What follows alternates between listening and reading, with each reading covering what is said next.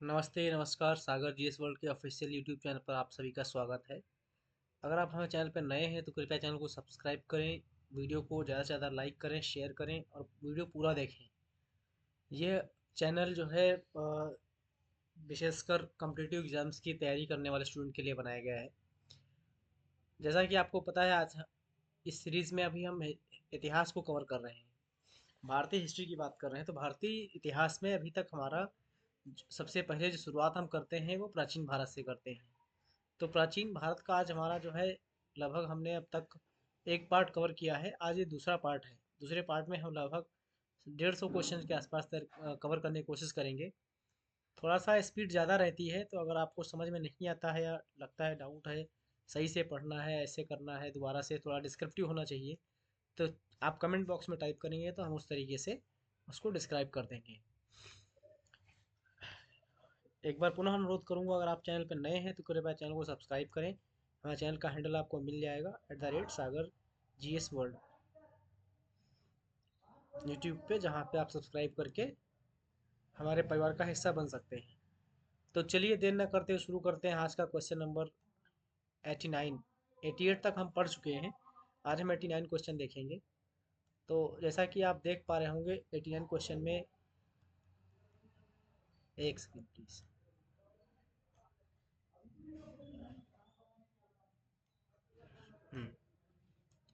पहला 89 क्वेश्चन है, श्वेतांबर और दिगंबर किस धर्म से संबंधित हैं? तो ये जैन धर्म संबंधित है। श्वेतांबर का मतलब होता है वे लोग जो सफेद वस्त्र पहनते हैं, सफेद वस्त्र वाले।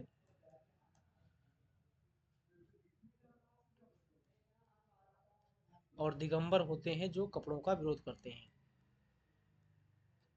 कपड़े ना पहनने वाले। ये दो संप्रदाय बन गए।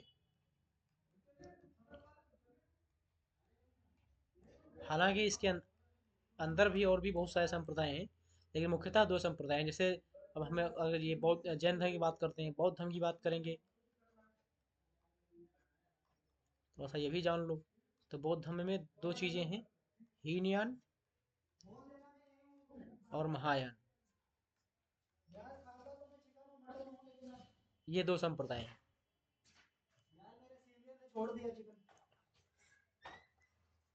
ये मुख्यतः दो संप्रदाय हैं, जैन धर्म और बौद्ध धर्म के। अब बात करते हैं इसके आगे की। नेक्स्ट जो हमारा क्वेश्चन होगा, अष्टाध्यायी किसने लिखी? पाणिनि ने। क्वेश्चन नंबर 91 है, भारत में सबसे पहले सोने के सिक्के किसने जारी किए? तो कुषाणों ने। भारत में सबसे पहले चांदी के सिक्के किसने जारी किए? तो मौर्यों ने। मौर्य मतलब ये नहीं आजकल के मौर्य, मौर्य मतलब मौर्य साम्राज्य वाले मौर्य, महाराजा लोग जो थे, विशेषकर मगध साम्राज्य के।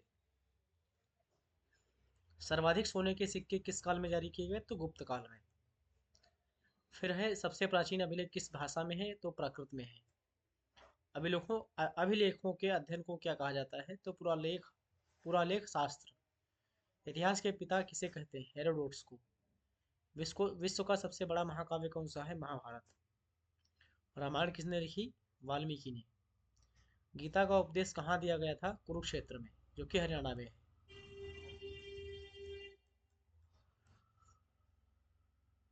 सबसे पुराना ज्ञात धर्म कौन सा है? तो हिंदू धर्म है वो। आर्य भारत में कहाँ से आए थे? मध्य एशिया से। अगर ये बात सही है तो भारत में आर्यों को नहीं रहना चाहिए। हालांकि वैसा नहीं है, ये एक विवादित मुद्दा बना हुआ है। बट बहुत सारे साक्ष्य ऐसे हैं जहाँ से पता चलता है कि यार भारतीय नहीं है, ये विदेशों ये मध्य एशिया से आए हैं। सिंधु घाटी सभ्यता का पतन कब हुआ? लगभग 1750 ईसा पूर्व से लगभग 2000 साल पहले। मेसोपोटामिया की लिपि क्या थी? कीलाकार लिपि थी। स्पार्टा के योद्धा किसके लिए जाने जाते थे? तो साहस और सैन्य कौशल के लिए। द प्रिंस नामक पुस्तक किसने लिखी? मैकियावेली ने। रिपब्लिक नामक पुस्तक किसने लिखी? प्लेटो ने। अगर प्लेटो की बात करें तो यही है जो सही से इन्होंने कहा कि राजनीति को भी पढ़ना चाहिए। तो पॉलिटी को इन्होंने ही डिफाइन किया। पॉलिटिक्स नामक पुस्तक किसने लिखी? तो अरस्तु ने। महात्मा बुद्ध के बचपन का नाम क्या था? सिद्धार्थ। और इनके पिता का क्या नाम था? सुद्धोधन।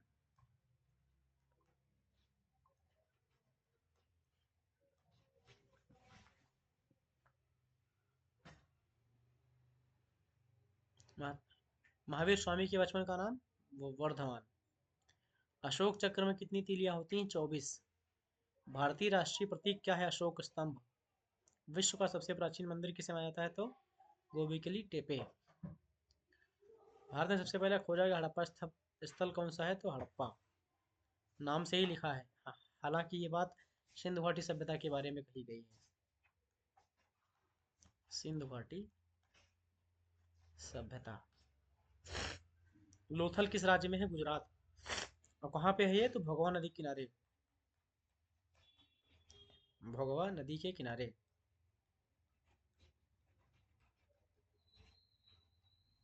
और ये क्या है? तो एक बंदरगाह है।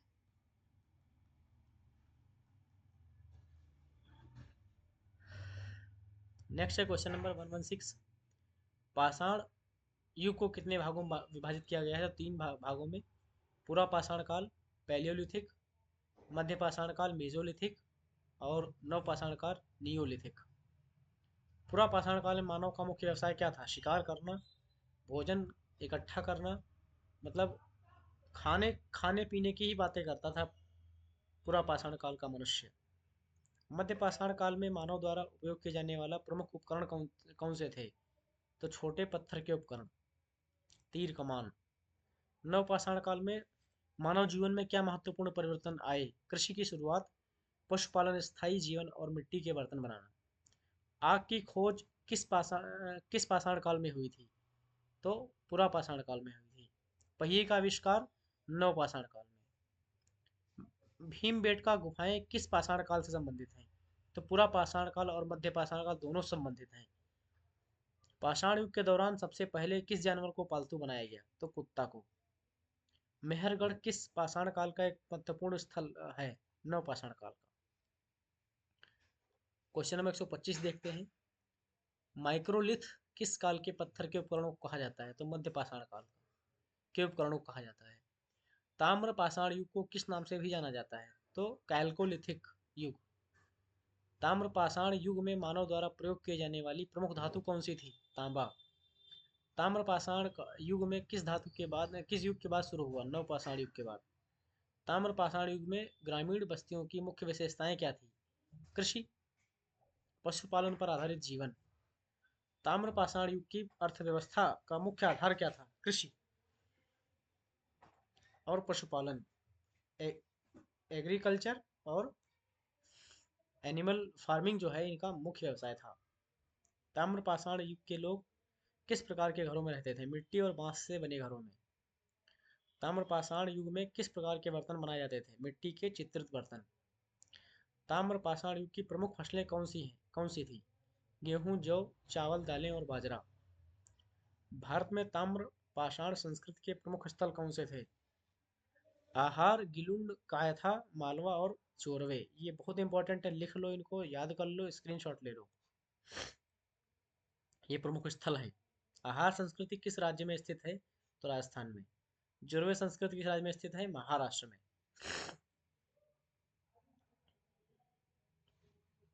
कायथा संस्कृति किस राज्य में स्थित है? मध्य प्रदेश।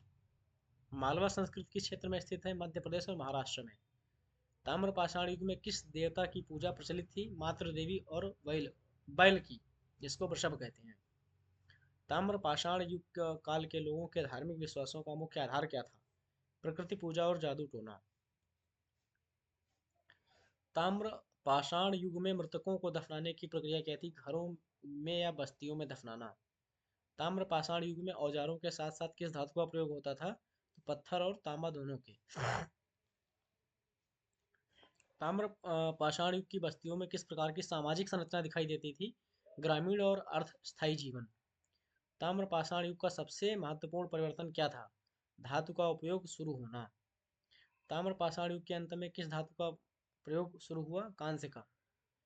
हड़प्पा सभ्यता की खोज किस वर्ष हुई? तो 1921 में। खोज किसने की थी? दयाराम साहनी। मोहनजोदड़ो खोज कब हुई? 1922 में।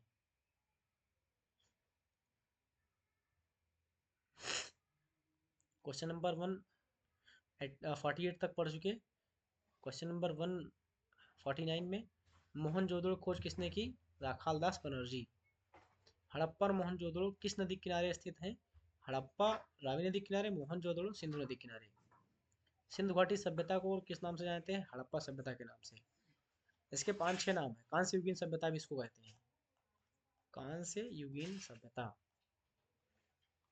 क्योंकि यहाँ पे कांसे के साक्ष्य मिलते हैं। सिंधु घाटी सभ्यता की नगर योजना की मुख्य विशेषता क्या थी? सुनियोजित ग्रिड पैटर्न। सिंधु घाटी सभ्यता में सड़कों की व्यवस्था कैसी थी? सीधी और एक दूसरे को संपूर्ण पर काटती हुई। हड़प्पा सभ्यता में विशाल स्नानागार कहाँ पाया गया? तो मोहनजोदड़ो में। हड़प्पा सभ्यता में अन्न भंडार कहाँ पाया गया? हड़प्पा और मोहनजोदड़ो दोनों में। सिंधु घाटी सभ्यता में घरों का निर्माण किससे होता है? पक्की किससे होता था बेसिकली? तो पक्की ईंटों से होता था। पक्की ईंटें वहाँ पे मिली हैं। सिंधु घाटी सभ्यता के लोग किस प्रकार के कपड़े पहनते थे? सूती और ऊनी वस्त्र। सिंधु घाटी सभ्यता में सामाजिक वर्गीकरण किस आधार पर था? व्यावसायिक और आर्थिक आधार पर। हड़प्पा सभ्यता में मनोरंजन के मुख्य साधन क्या थे? पासे का खेल, नृत्य, संगीत, नाच गाना। सिंधु घाटी सभ्यता में किस प्रकार की शासन प्रणाली थी? संभवतः एक नगरीय शासन प्रणाली। सिंधु घाटी सभ्यता में व्यापार के मुख्य मार्ग कौन से थे? नदी और समुद्र। हड़प्पा सभ्यता के लोग किस देश के साथ व्यापार करते थे? मेसोपोटामिया, फारस और अन्य देश आसपास के जो थे। Excuse me. नेक्स्ट है क्वेश्चन नंबर 163। सिंधु घाटी सभ्यता में किस प्रकार के वजन और माप का उपयोग होता था? तो मानकीकृत वजन होता था। हड़प्पा सभ्यता की आर्थिक व्यवस्था का मुख्य आधार क्या था? कृषि और व्यापार। सिंधु घाटी सभ्यता में कौन सी फसलें उगाई जाती थी? गेहूं, जौ, कपास, तिल, सरसों। हड़प्पा सभ्यता में किन जानवरों को पाला जाता था? बैल, गाय, भैंस, भेड़, बकरी और सुअर। सिंधु घाटी सभ्यता में किस प्रकार के शिल्प विकसित थे? मिट्टी के बर्तन, धातु का काम, आभूषण, कपड़ा। हड़प्पा सभ्यता के लोग किस से परिचित थे? तांबा, कांस्य, सोना, चांदी। सिंधु घाटी सभ्यता में मुद्रा का प्रयोग किस रूप में होता था? तो वस्तु विनिमय के लिए, मतलब जब हमें कुछ चाहिए, गाय के बदले धान, या धान के बदले गेहूं, कपास के बदले सोना, इस टाइप से विनिमय करते थे। सिंधु घाटी सभ्यता की कला में सबसे महत्वपूर्ण क्या है? मोहरे। हड़प्पा सभ्यता की मोहरों पर किस प्रकार के चित्र मिलते हैं? जानवरों, मानव और धार्मिक प्रतीकों के चित्र मिलते हैं। सिंधु घाटी सभ्यता के लोग किस देवी की पूजा करते थे? तो मातृ देवी। यहाँ पर सिंधु घाटी जो थी ये मात्र सत्तात्मक था, मात्र सत्तात्मक।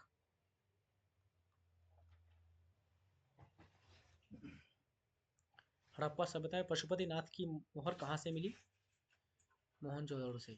सिंधु घाटी सभ्यता की लिपि कैसी थी? भाव चित्रात्मक। इसे अभी तक पढ़ा नहीं जा सका। हड़प्पा सभ्यता में कौन से आभूषण लोकप्रिय थे? मन के हार, कंगन, चूड़ियां। चूड़ियों के जो अवशेष हैं वो राजस्थान से मिले हैं, हनुमानगढ़ जिले में।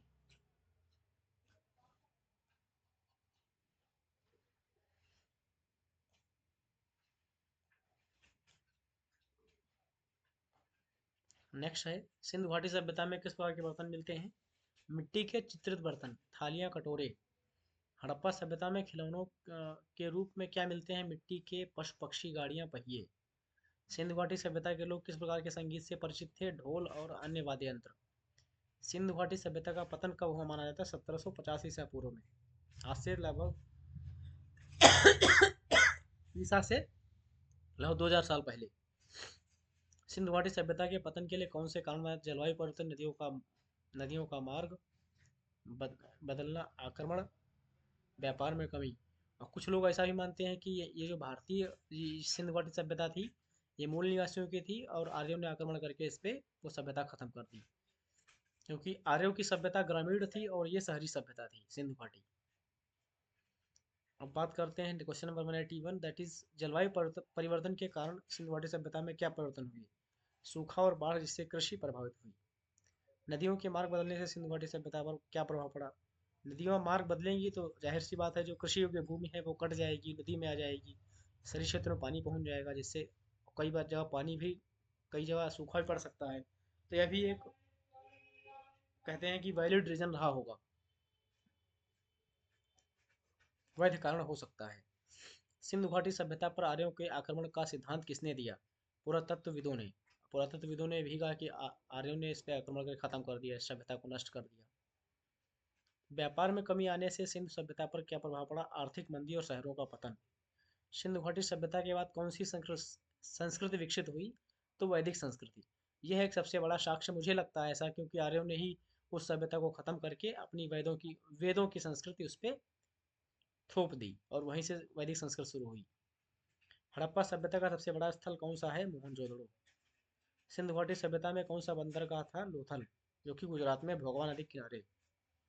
लिख लो, भोगवा नदी के किनारे।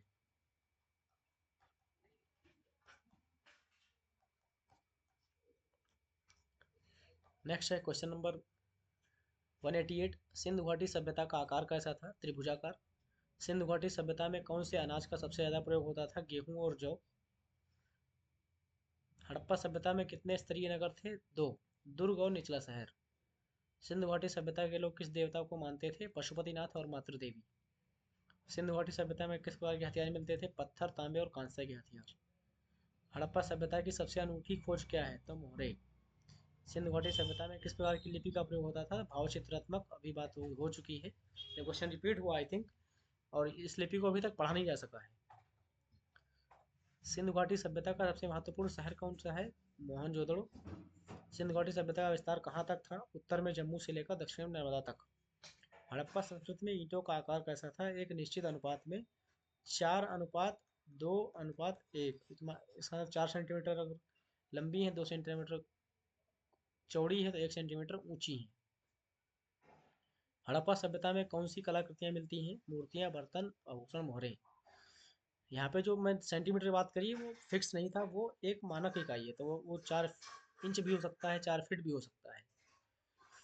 सिंधु घाटी सभ्यता के लोग किस प्रकार के आभूषण पहनते थे? सोने, चांदी, तांबे, शंख, मिट्टी के आभूषण। हड़प्पा सभ्यता में जल प्रबंधन की प्रणाली कैसी थी? अच्छी जल निकास व्यवस्था और कुएं। तो हमें लगता है आज का हमारा ये सेशन यहीं पे ख़त्म करना चाहिए। अब तक हम क्वेश्चन नंबर 200 तक पढ़ चुके हैं। अगर आप हमारे चैनल पर नए हैं तो कृपया चैनल को सब्सक्राइब करें, ताकि और वीडियो को ज़्यादा से ज़्यादा शेयर करें, ताकि ज़्यादा से ज़्यादा लोगों का भला हो सके, एक अच्छा कंटेंट उनको मिल सके। इसी के साथ जय हिंद, नमस्ते, नमस्कार। मिलते हैं इसके अगले पार्ट में।